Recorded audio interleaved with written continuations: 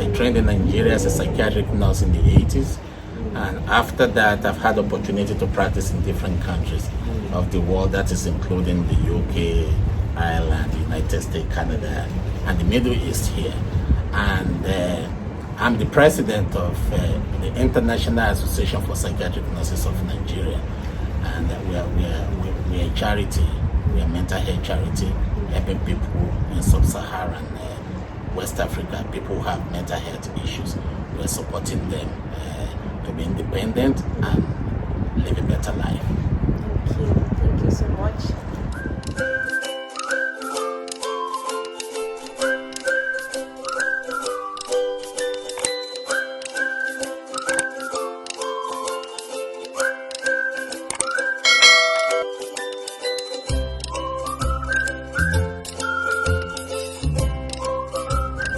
Hi guys, welcome back to my channel. It's your girl Teju Baby.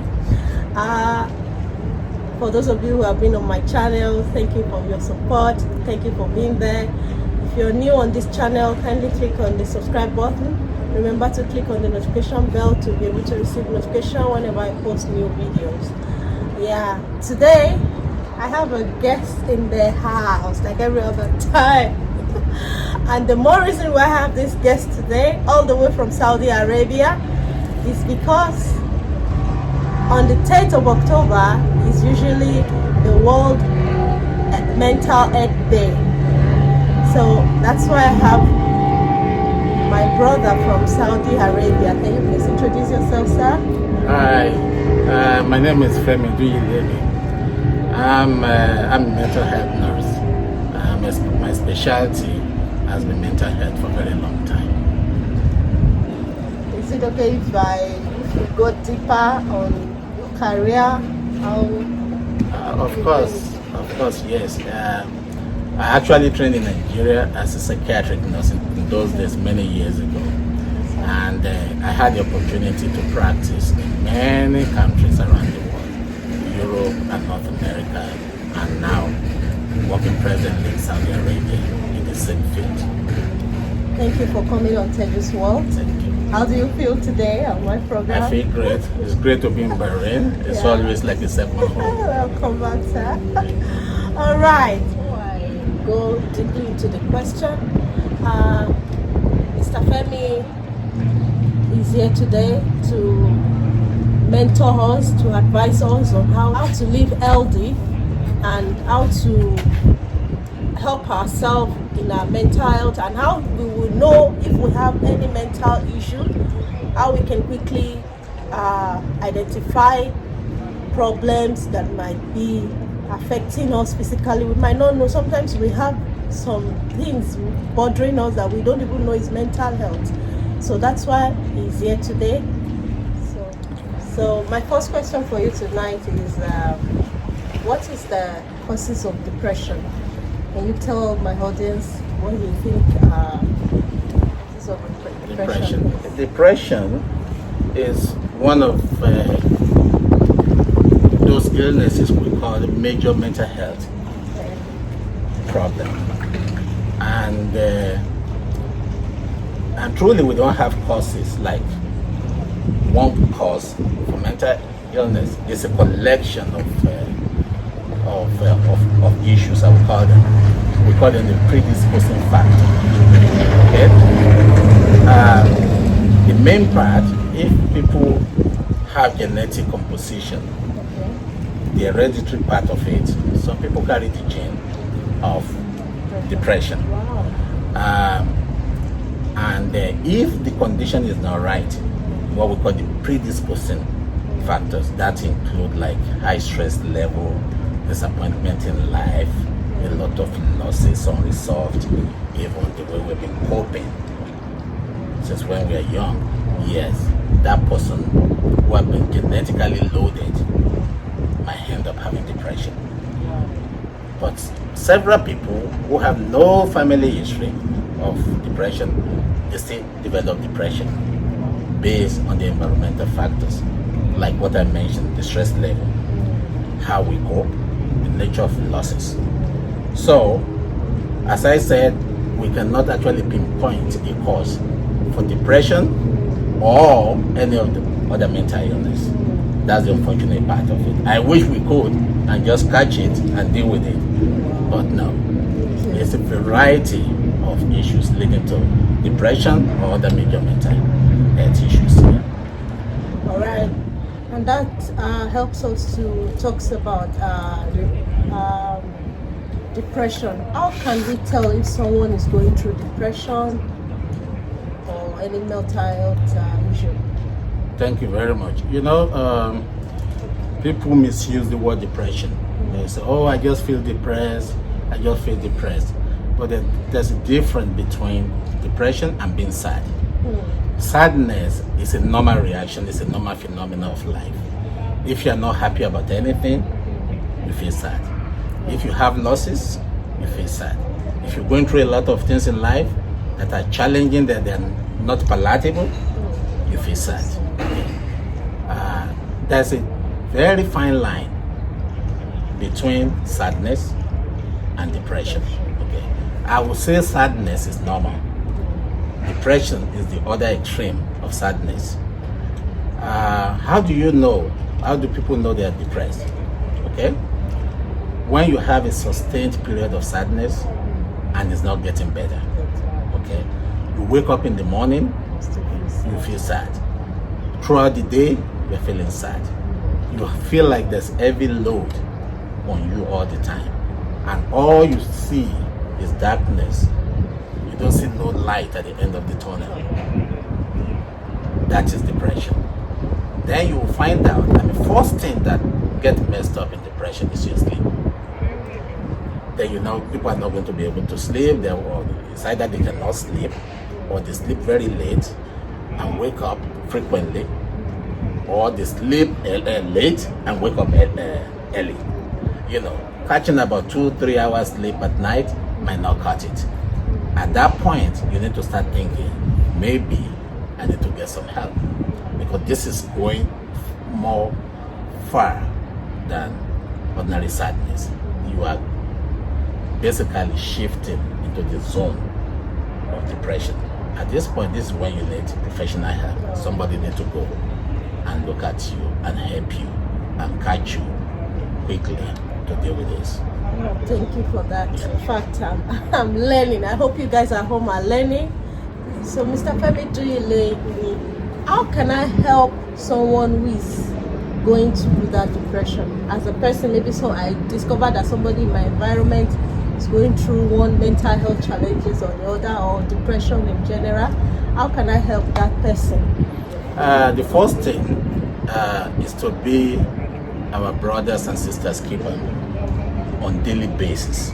Okay, it's always good to connect with people, ask people, how are you doing today? Okay, how do you feel? Are you happy? You know, sometimes that little word, are you happy, might make that person start crying. Yeah. Probably nobody have asked her or him that question for a very long time. Are you happy? You know, when you ask people questions like that, you try to get to know people, you try to get to know their family, you try to get to know what they like to do. Okay, when this person is going through depression or any form of mental illness, you probably will be the trusted person to come to. And then they will say, you know, things have been rough in life, just need to talk to somebody. You see, sometimes sitting down and talking about how you feel, it's got two advantages. Okay, somebody is listening and you are hearing yourself. So sometimes when you talk, then you find out that, oh my God, it's not even as bad as I thought it is, because you will hear yourself out. You know, so to be your brother's keeper, be your sister's keeper, the best thing to be a good listener. Okay, you have to be a good, just listen. At that particular time, that person is not asking for advice. The person just wants somebody to hear them out.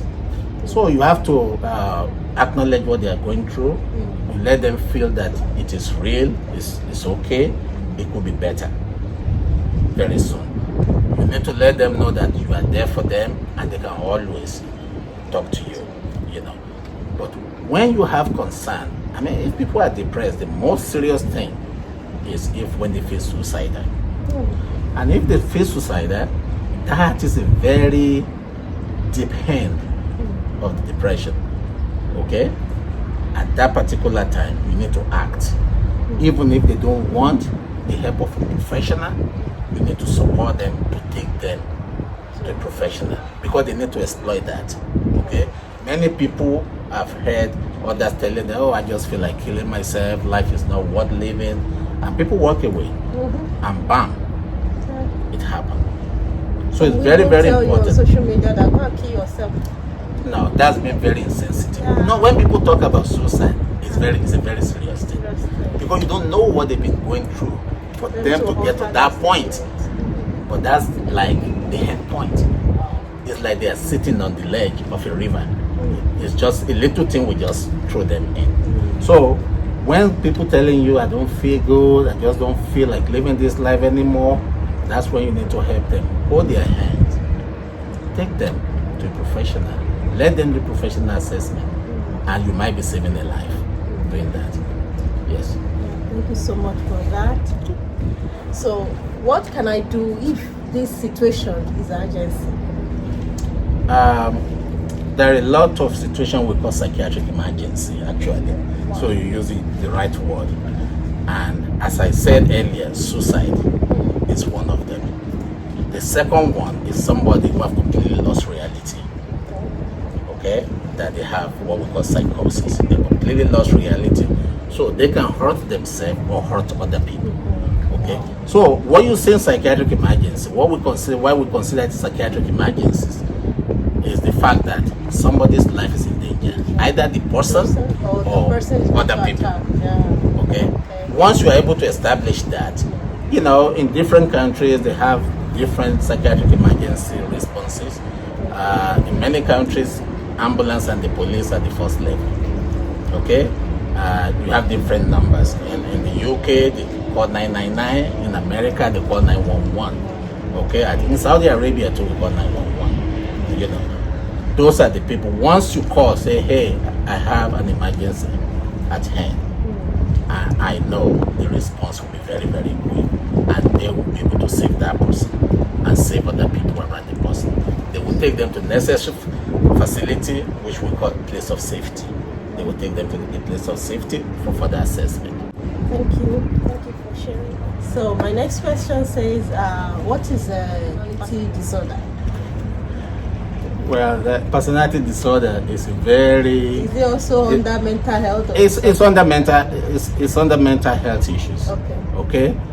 Personality disorder is a very wide range of presentation in individuals, and they are not as major as when we talk about depression, because depression and other major mental illness, even anxiety, you can find medication to work for them. But personality disorder is such verse. It depends on the individual, what the way they are presenting. So the best approach we use for people with personality disorder is the psychological approach, where we help them to think through, help them to control their mood, we help them to control their impulses. Because a lot of things you see in personality disorder, they are purely behavioral. They don't lose reality like some other mental illness. So it's a very difficult condition. It doesn't happen overnight. People gradually develop a pattern of behavior that might eventually cross the line and become personality disorder. I'll give you an example. People can just be narcissistic, which means they're just, we are all selfish, one way or the other. We're all selfish, but they can be extremely selfish, and they hurt people around them, okay, and they have no remorse that they are hurting people around them, okay. That's a type of personality disorder. It's called narcissistic personality disorder. You have dependent personality disorder, where the individual will just be completely immobilized. They don't want to do anything. They look over to everybody to help them out of a situation. Even it doesn't matter how much tools you give them, it might be difficult. So we have different types. It's a wide range. You know, personality disorder, they are not, they don't benefit a lot from institutionalization, putting them in the hospital. And in many countries like the UK, you cannot section them because they don't meet the criteria. So it's a very wide spectrum. Yeah. So there's no medication for that? Well, we use medication, but it depends, as I say, it depends on what the person is presenting. Okay? For example, somebody who has violent personality disorder and very combative and very, they just lose it suddenly, very impulsive. We give them medication to control the impulsivity until they pass that stage, until therapy starts working.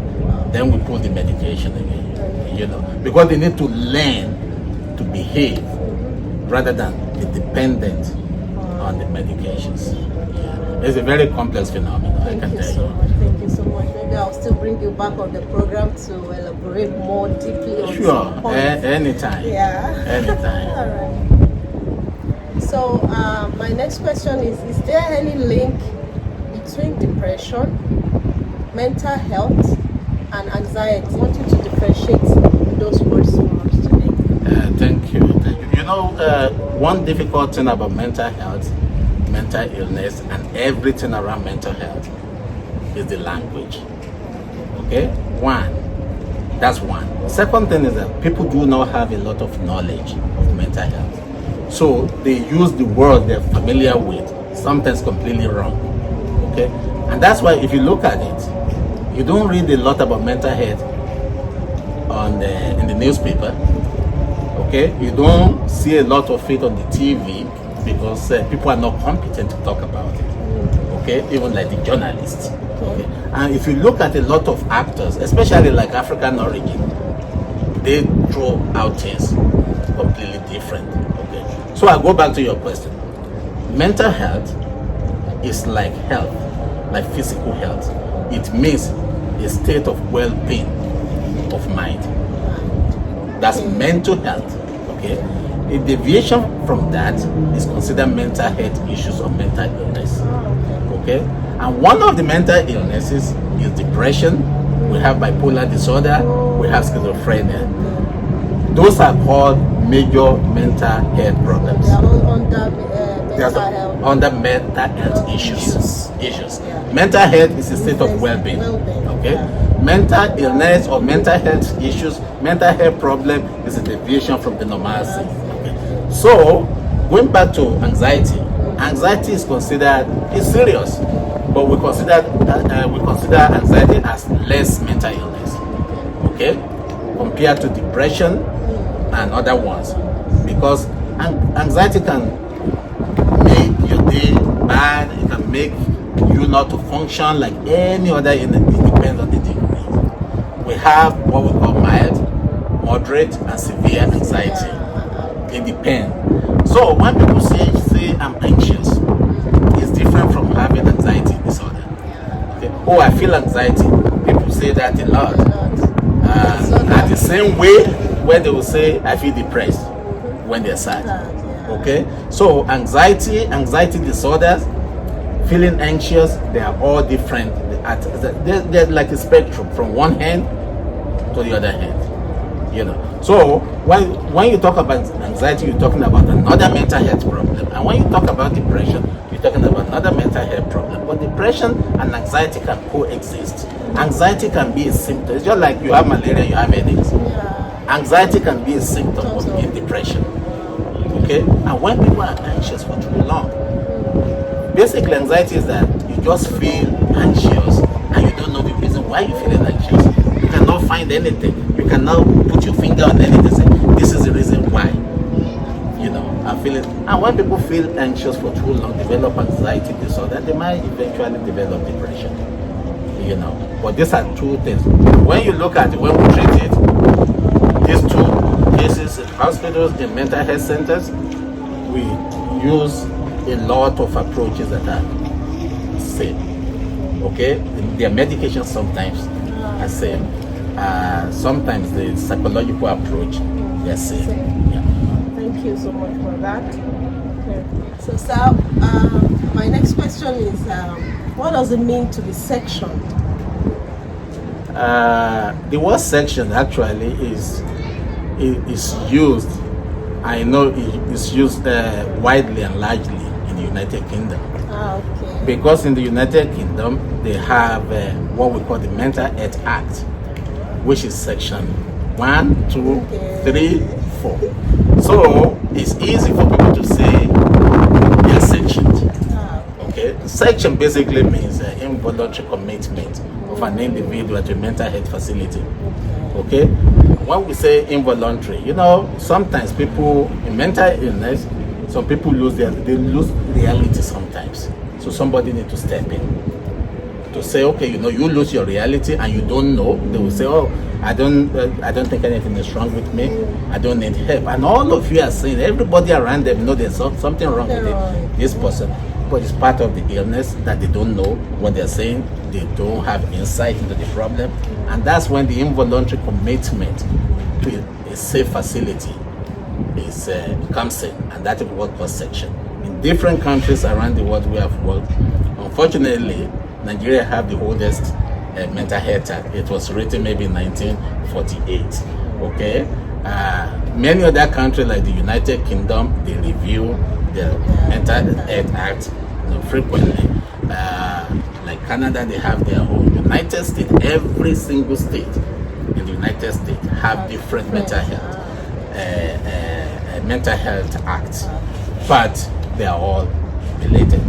The basic about it is same thing we say about psychiatric emergency, is to make sure the person is safe, other people around the person is safe. That's the responsibility of the government, to make sure everybody is safe. So even if you don't know you have mental illness and we think you need to be saved, you can be forcefully removed by the peace officer, police officer, whoever that is assigned to do that, and take you to place of safety, which is a mental health institution. You know, so you can only take individual to a place of safety using the Mental Health Act, or what you call the section. So my next question says, what is post-traumatic stress disorder? Post-traumatic stress disorder, or PTSD in short, it's a cluster. That's what we call a syndrome. Okay, it's a cluster of presentation and mental health presentation, mental health issues. It's usually like a cluster of that.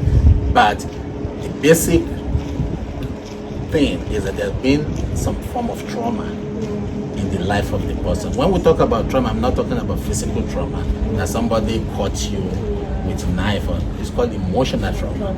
Okay, and emotional trauma is a wide range of trauma that we see every day. I give you an example. Rape is trauma.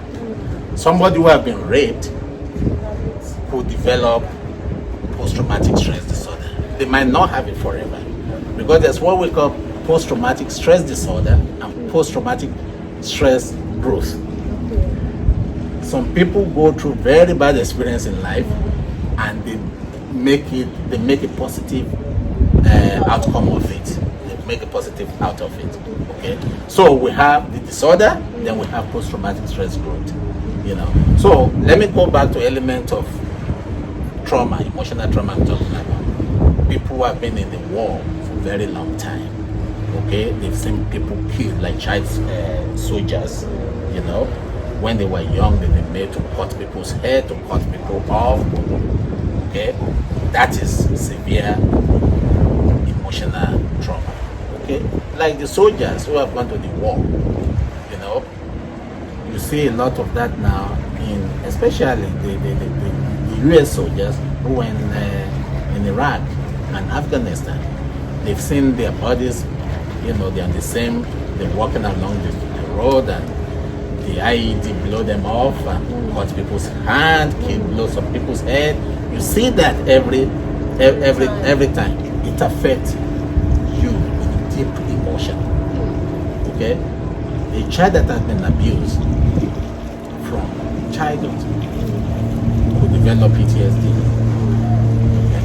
And that's why I say it's a range of things. And what triggers those bad memories is different from one person to the other. Yeah. It's different. But every individual who have PTSD, post-traumatic stress disorder, have gone through severe emotional trauma in the past, either in childhood or along the way as they grow. You know, I mean, people in bad relationship, that the husband will come home or the boyfriend will slam them against the wall, they could develop PTSD. And then the PTSD presentation, a lot of them look like anxiety and depression. Some of them will remember things that happened to them, and you'll be wondering, maybe they saw somebody that looked like their ex, and they will start shaking right where they're sitting. Oh my God, he's here. So how do we deal with that? It's mostly psychotherapy, behavioral therapy, a lot of cognitive work and all that to help them. When they're in crisis, medication works. Yeah, but the long term is for them to be independent and be able to deal with those issues. Thank you so much for that. That's a very deep answer. Thank you, sir. So I think you've answered this particular question somehow, but I want you to go a bit deeper on the fact that is drug good for mental health condition or therapy? Thank you. You know, this is a very important question, because a lot of people are confused with this, and a lot of people are seeing a lot of crazy movies that are saying like cuckoos flying over the cuckoo's nest, and a lot of bad presentation in mental health. Medication have its place, and it's not good for people to be resistant to anything that will help the situation. Okay, medication have its own place in taking care of mental health issues, and then behavioral therapy or therapy, counseling, and all those things, they have their own place as well. You know, I give you an example. Somebody is very severe anxiety situation that is shaking and panicking, and they can't hear anything you are saying. It's difficult for them to even take in information and process it because of the level of the anxiety. So in that situation, medication have to come in first. So what I would do is that I want to give that person some medication to help him or her calm. Then we start talking. It's just like when people are very angry. How can you talk to them? It's like they're nearly irrational. Same thing in anxiety, in severe mental illness. The initial part, when it's gone to a part that is very deep, medication comes first. Okay? And then when the medication works and slows things down, then we introduce therapy. So both of them, I will not say one is better than the other, but the long-term goal is for the person to live their life without continuing using the medication. You know, so both is okay. When people are depressed and the doctor say, "Oh no, we're going to start you on some medication or for a while," you know, the first thing people are thinking is, "Am I going to be on it for life?" No. Some people don't necessarily have to stay on it for life. You know, you bring in therapy, they learn a lot of ways to live their life, to address their issues, and they get better. Then gradually the doctors take the medication back. They step it down, they reduce it, but they stop it finally. So both is necessary. It depends on the phase of the illness. Thank you so much for that. That's a very good one. So now, sir, considering what is going on in the world concerning COVID-19, I've been hearing different things, like some people have mental health issue immediately after they recover from COVID symptoms or COVID disease or infection. So I want you to tell us, how does it relate? Why does it cause mental health? What is the relationship between the COVID aftermath treatment and then having the mental issue? You know, one thing I tell you, COVID-19 is an illness that nobody knows much about. Okay, and it's true. People who recover from serious COVID infection, some people eventually develop some mental health issues, including loss of reality, which we call psychosis. And some develop depression, and some develop anxiety. At the moment, there's a lot of work, a lot of study going on, because we want to know why. Okay, we want to know why. We know that people wouldn't even have COVID. Many develop some form of mental health issues after the lockdown, and that part is understandable. A lot of our life, we live it out there, outside, interacting with people, doing things with people, going out and all that. But during the lockdown, all that was taken away from us. And some people develop anxiety disorder, depression, and even paranoia. People become very suspicious. People who are using drugs start using more drugs. People who are drinking start drinking more. But those who were treated for COVID-19 and developed depression, anxiety, and other form of major mental illness, we still have studies going on that. You know, although when COVID hits you, it hit very hard, and I believe that is enough psychological trauma, it's emotional trauma. You know, and I think people develop maladaptation to it one way or the other. But we don't know for sure why. What is happening, and it's true. I think that's going to bring me to my next question. Like, as the whole world is now, everything is happening, killing here and there, especially back home in our Africa. A lot of things we are hearing, kidnapping, somebody wants to go insane, like hearing those bad news, even while coping with coronavirus pandemic. How can we stay safe? How can we keep our mental health in shape without going insane? Wow, that's a very big challenge for everybody. And what I want to say is that every individual, you need to take care of yourself. And once yourself, you're number one. Take care of number one, so that number one can take care of others. I know during COVID we're talking about personal protective equipment, PPE. Now there's a lot of talk in mental health about what we call emotional personal protective equipment, emotional PPE, okay, which is like a tool. Basically, is what all of us have one form of coping in the past, and all of us have different items in our toolbox that help us stay okay.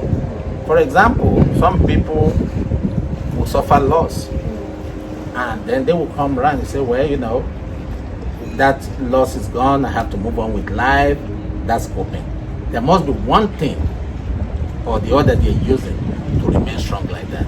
And your own coping skills are completely different from mine. Okay.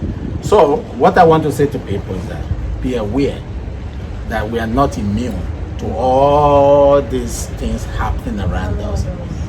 They are actually emotional trauma, they're psychological elements affecting us. So we need to take care of ourselves. How do we do that? Okay, how? One, make sure you're sleeping well. Two, you must be able to know when to let go. If I give you a cup now, you give that cup with half water to somebody. Somebody will say it's half empty. Somebody will say it's half full. We need to change our attitude about life. We need to be seeing things more positive. And this involves a lot of practice. Okay? You must know when to let go about things. The present world we are, things are changing frequently. We need to change. You don't believe that something is only good this way. You must develop some flexibility in life Okay, I always tell people you must have option 2. Okay, you must be able to have what we call the worst case scenario. Okay, Even if it's bad, I can go for this. Exactly. I can just you know, be myself. when you have the worst case scenario, say, well, you know, the worst thing is I could be like this, and if it's better than that, you say, okay. And if it's worse, I say, hey, life must go on. But all this involve a lot of practice. You need to do it on little issues, so that when the big one comes, you're able to deal with it better. If we are still alive, we are not immune from what we call adversity of life. It will come. We just don't know how big it is or how small it is. So we need to be prepared. So a lot of things we need to do is the ability to have option B, option 2, and worst case scenario. So okay, if it's worse, what will happen? And that is very important. That's the only way, because this present world is so unpredictable. Did anybody know COVID-19? Would anybody believe that the whole world will shut down and no flight from one point to the other? See, but that is the truth about life. Thank you so much for coming on the program today. Finally, to round everything up, I want you to just advise my people that are watching me from home. I hope you gain a lot, like I have gained so much from him tonight. So Mr. Femi, please advise my viewers on how to maintain their mental health, and then we close the program. Yes, thank you. It's very, very important. You know, a lot of people go to the doctor because they have headaches. Okay? But you won't see a lot of people who go to the doctor to say, you know what, I have so many losses, I'm thinking too much, and I think it's affecting me. Okay? We need to get to the realization that mental health is bigger than any other health. So mental illness is bigger than any other illness. And either you like it or not, you know, when people say, oh, I'm not just in the mood to talk to you. You are talking about mental health. I just don't feel like dealing with it. You're talking about mental health. So I want people to be aware that mental health is real, mental illness is real. Just the same way you're going to have backache, headache, you're going to have heartache. Wow. Okay? So people should be open to be able to go to professional. There's nothing bad about talking about how you feel before it completely hits inside you and destroy your mental health. You need to talk to people. Thank you so much. Thank you. All right, guys, this is where we're going to end the program for this one. I hope you enjoy it, and I hope you're going to help yourself with your mental health issues. Like I said, mental health before, now mental health issues, and I hope you're able to understand more things about your physical well-being. So this is where we'll be ending it today. If you haven't subscribed to my YouTube channel, kindly click on that subscribe button. Click. Loads of things are coming your way on Teju's World. Also click on the notification bell to always receive notification whenever I post new video. Remember to like my videos, share, especially this very video. Try to share to your loved ones. You might not know who needs this mental health, who is going through one mental health issue or the other. So please share. Let it reach the world, especially that today is the World Mental Health Day. So please share. All right, and that's where we're going to stop. Bye. Bye. Nice having me. Nice having you, sir.